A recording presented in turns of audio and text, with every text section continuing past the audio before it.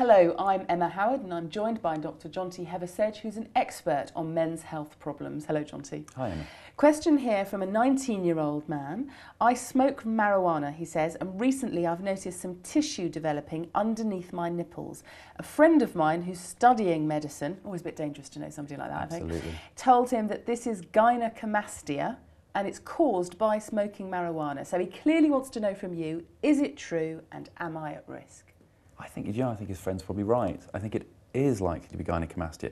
So gynecomastia is simply the presence of breast tissue in men. And it can happen for lots of different reasons. It's quite common actually in adolescence, and most boys, about 80% of boys going through adolescence, will develop some degree of breast tissue, which normally then resolves. That's just because of the changes in hormones during puberty. So it will go away? That will go away. It also it becomes more common with age as well. So over the age of 45, it's increasingly common to find it naturally in men.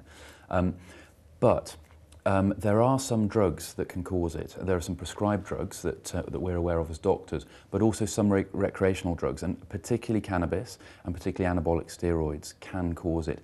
Now, because for this chap it's occurred in both sides, that is the most likely explanation, and I would suggest that obviously he stops smoking cannabis and sees that it doesn't get any larger or any further lumps develop. I'm not sure that it will necessarily go away.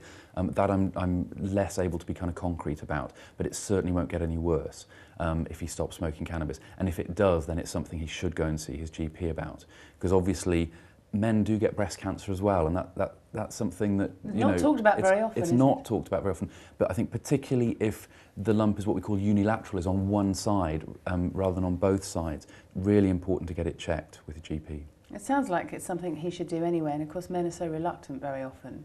I think they are. I mean, we really struggle to persuade men to come into general practice, which is why this is so great, of course, because hopefully this information will encourage people to go along and talk about it, because it is important. Let's hope so, Jonty. Thank you very much for your advice. Well, if you have a similar problem, we hope we might have given you some help. And as we've just said, it's always best to go and see your own doctor for medical advice. Thanks for watching. We'll be back with more health questions and answers.